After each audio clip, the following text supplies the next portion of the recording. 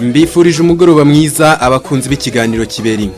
None ni kuwa kabiri aho mumenyereye ko amasaha nk'aya ngaya muri iki kiganiro tuba twabateguriye icyegeranyo ku muhanzi runaka wanditse amateka cyangwa se ubwoko bw'umuziki wagacishijeho mu minsi yo hambere.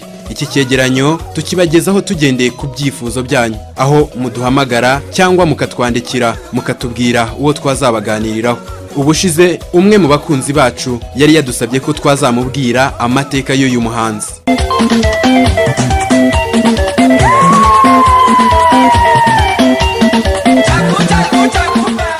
Bamwe mushobora kuba mu minsi itambutse izi ndirimbo ze mwarazibyinnye cyangwa se mwarazumvise mu baturanyi ndetse no mu birori binyuranye.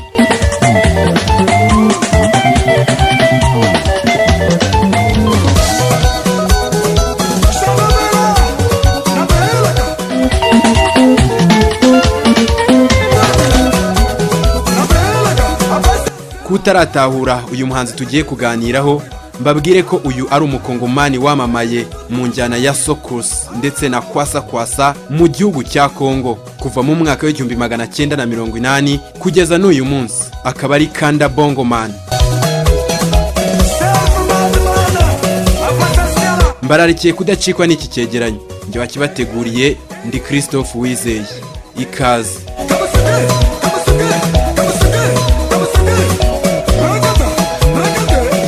Benshi mumumenyereye ku mazina ya Kanda Bongo Man mu buhanzi, ariko avuka mu kwezi kwa mbere ku itariki ya mbere mu mwaka wa 1955. Ababyeyi be bamwise Bongo Man.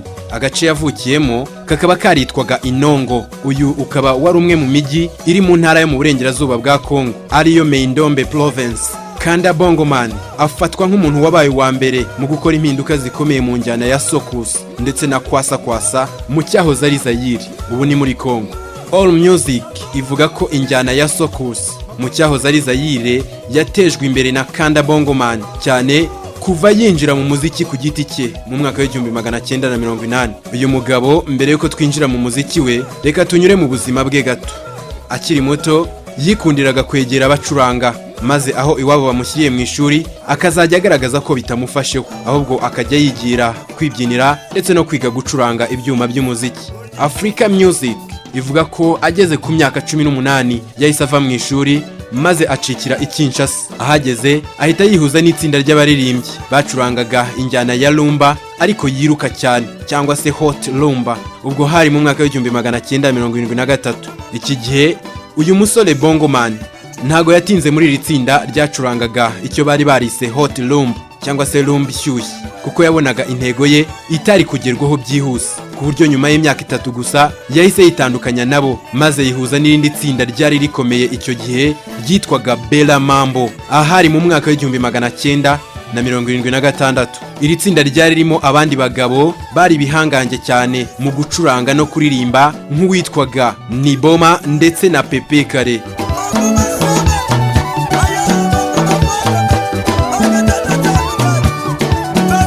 Kanda Bongo Man mu guhura nabo cyari igisubizo kuri we cyane. Kuva icyo gihe bakoze indirimbo zirakundwa karahava, maze biza gutuma iri tsinda ry'aba bagabo aho mu cyahoze ari Zaire bavuga ko rizahora ari itsinda ry'ibihe byose.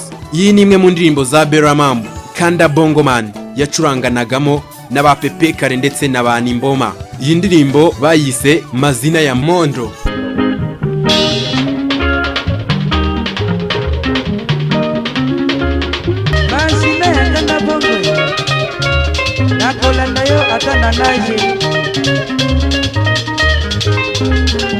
Bongo Man yakomeje kuzamukira muri iri tsinda kuva muri 1976 kugeza mu 1980 atangiye gukora indirimbo ku giti cye.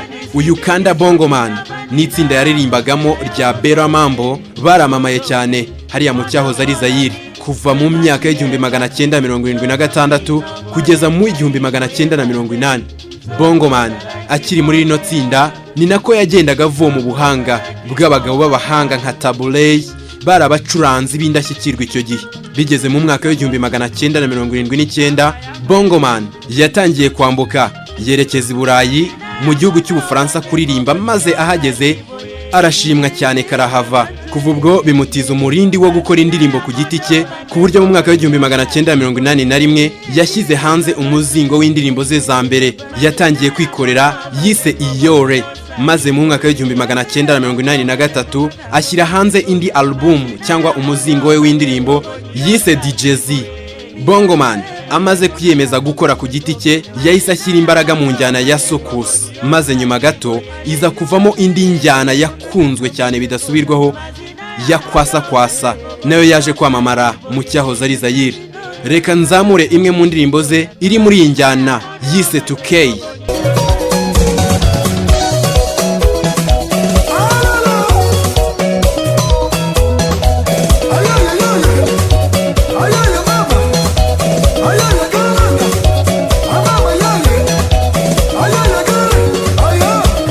Kanda Bongoman kuva muri iyi myaka y'1980 yakomeje gutungurana cyane hariya muri Kongo, yubaka izina rikomeye ku ivuko mu burengerazuba bwa Kongo, Inongo, muri ka gace navuze haruguru yari yaravukiyemo. Ntago ariho gusa, dore ko Kinshasa benshi bifuzaga gutaramirwa nawe, ariko ugasanga bitoroshye kumubona kuko yabaga ari gutaramira henshi icyo gihe akoresha cyane injyana ya soukous, yaje kuvamo nyuma ya kwasa. Iyi ni injyana yaryoheye benshi, na n'ubu barayirahira, ariko nyambere muri byose ni Kanda Bongoman.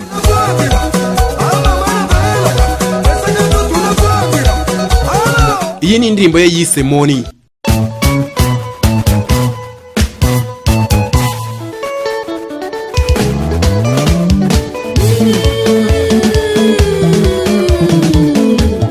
Kanda Bongoman mu gucuranga ku giti cye yabaga ari kumwe n'abagabo bamufashaga kuririmba no gucuranga ndetse no kubyina, nk'uyu wamamaye witwaga Dibro Dibara waje kumenyekana ku izina rya Machine Gun. Ndakeka benshi muri mwe iri zina rya Machine Gun mwajyaga muryitirira Kanda Bongoman. Uyu mugabo yagize uruhare rukomeye cyane mu kuzamura umuziki wa Bongoman, gusa yamenyekanye nko mu mizingo y'indirimbo irimo nka kwasa ndetse na Amour Fort. Bongoman yaramamaye ku buryo yatangiye kujya gutaramira muri Amerika ndetse n'i Burayi na za Australia. Aha Bongoman yari muri konseri mu Bwongereza mu cyumba cy'imyidagaduro Queen Elizabeth Hall London, mubwire ko ahari mu mwaka w'2006.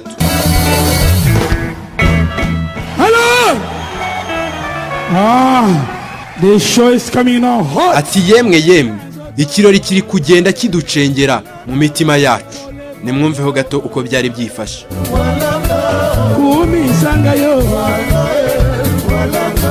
Aha muri iki cyumba abatuye umujyi wa Londres mu Bwongereza bari bakubise buzuye, baje kwihera ijisho umukongomani uririmba agacuranga akabyina mu njyana zuje uburyohe. Iki cyumba kizwi ku izina rya Queen Elizabeth Hall London cyari cyuzuye. Bongoman yaracuranze bamwe banga gutaha kubera uburyohe bw'umuziki we. Umva uko byari byifashe nanone.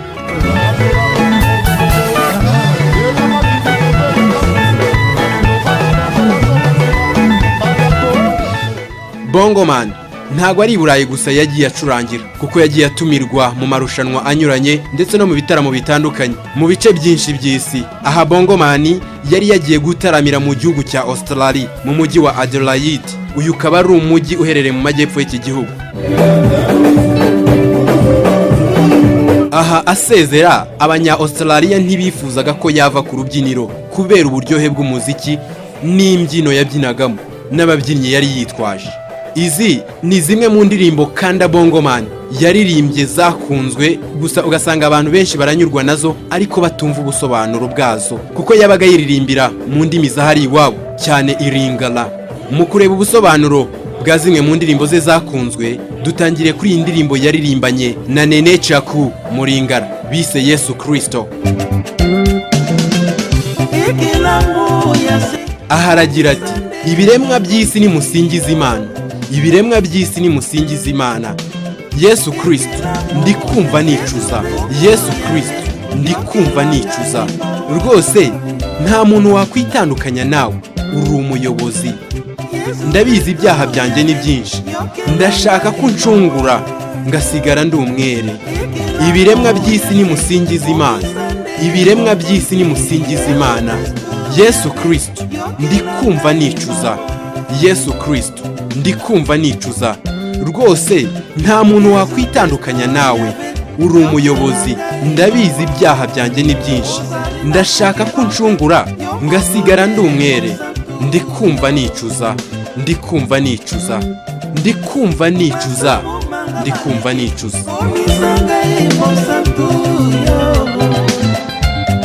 ngayo amwe mu magambo akubiye muri iyi ndirimbo Kanda Bongoman yise Yesu Kristo aho yaririmbaga yunganirwa na Nene Chaku. Nizere ko mukomeje kuryoherwa n'ikiganiro kibera inka cy'uyu mugoroba. Bakunzi ba Kanda Bongoman, ntago nasobanura zimwe mu ndirimbo ze zakunzwe nirengagije iyi ngiyi yakunzwe bikomeye cyane kandi ugasanga benshi baryoherwa nayo batumva bumwe mu busobanuro bw'amagambo ayikubiyemo. Iyi yayise JT. Wakwibaza ngo abashaka kuvuga iki? Ntimunge kure, ndacyari Christophe. Mu kuyisobanura have nongere nyitangizeho gato.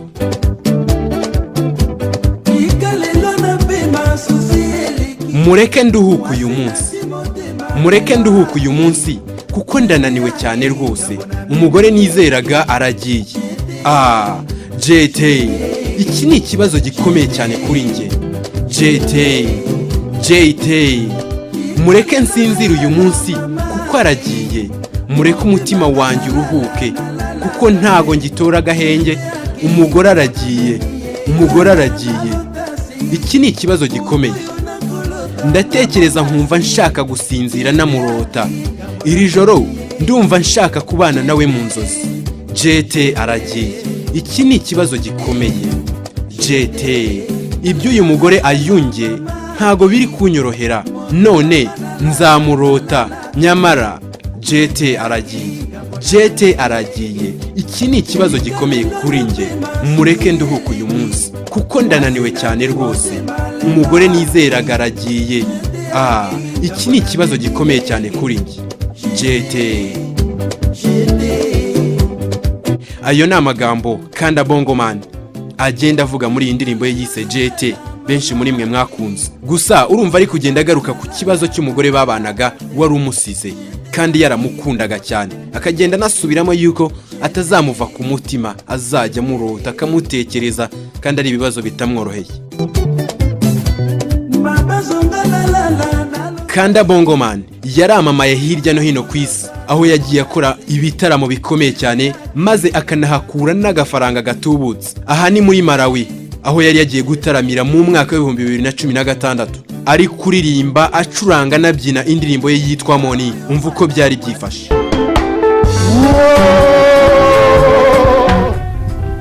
And never appears, the Akon style. Right. So what you do? Aha, Kanda Bongoman yari yatumiwe na televiziyo muri Kenya yitwa KTN TV bamubaza iby'umuziki we ndetse anasobanura icyerekezo cye. So one day we said this is enough. Umunsi umwe twavuze ko bihagije, ariko inshuti yanjye yambwiye ko tugomba kunyura inzira ndende tukagera no muri Australia. Noneho we aza no kwemera ko agomba kunyura muri Kenya. Gusa je icyo gihe genda bihakana. Yagombaga kubivuga ku giti cye. Ubwo icyo gihe je nateze yerekeza Paris. Ubwo nza kuganira n'umuntu ndamubwira ngo genda ubwira abanyakenya kuri televiziyo ko tuje kuharirimbira. Narongeye ndamubwira nti ni inshuti yanjye Machoka turi kumwe i Paris n'abanyakenya. Nje nitwa Kanda Bongoman ngiye kuza muri Kenya koko. My name is Kanda Bongoman. I'm coming to Kenya. That's when we took him to igihe twari turi kuri stade ya Nyayo abantu 40,000 bose bari baje kureba Kanda Bongoman. Watching Kanda Bongoman. Come on. Aha bamubazaga niba hari aho yajyaga ahurira mu muziki n'ibindi bihangange nka ba Papa Wemba, ba Koffi Olomide cyangwa se n'abandi. Papa Wemba I've met him several times. Papa Wemba twagiye duhura kenshi. Koffi Olomide kenshi cyane. Taburei nawe twarakuranye kenshi. Yewe nagiye ni Kinshasa ngiye kureba mugenzi we. Nagiye mpura na benshi cyane yewe n'abazungu.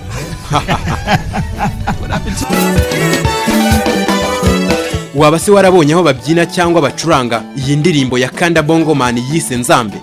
reka nyizamure tugenda tugera ku musozo w'iki cyegeranyo.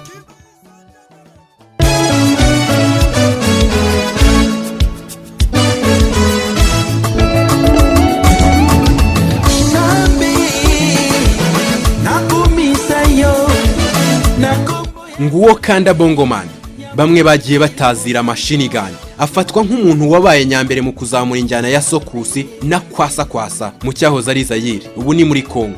Afatwa nk'igihangange mu muziki muri kiriya gihugu. Mbibutse ko uyu muziki wa Kanda Bongoman yawinjiyemo neza kuva mu mwaka w'1980, amaze gufata ubumenyi mu matsinda y'umuziki menshi yabanjirijemo, nuko aza gukomera agenda yigarurira abatari bake, aramamara kugera no mu mwaka w'2000, aho yabaye nkaho agabanya ingufu yashyiraga mu muziki kubera kugenda yerekeza mu zabukuru. Zimwe mu ndirimbo ze zose zitunganyirizwa muri studio yamwitiriwe hariya muri Kongo yitwa Bongoman. Na nubu ari muri muzika nubwo atakiboneka cyane, kuko wumvise ko no mu mwaka w'2016 yakoze ibitaramo bikomeye cyane nko muri Malawi. Ni munyemerere icyegeranyo cy'uyu munsi ngihinira aha. Iyi ni Radio Salus, nje nari Christophe Wizeye.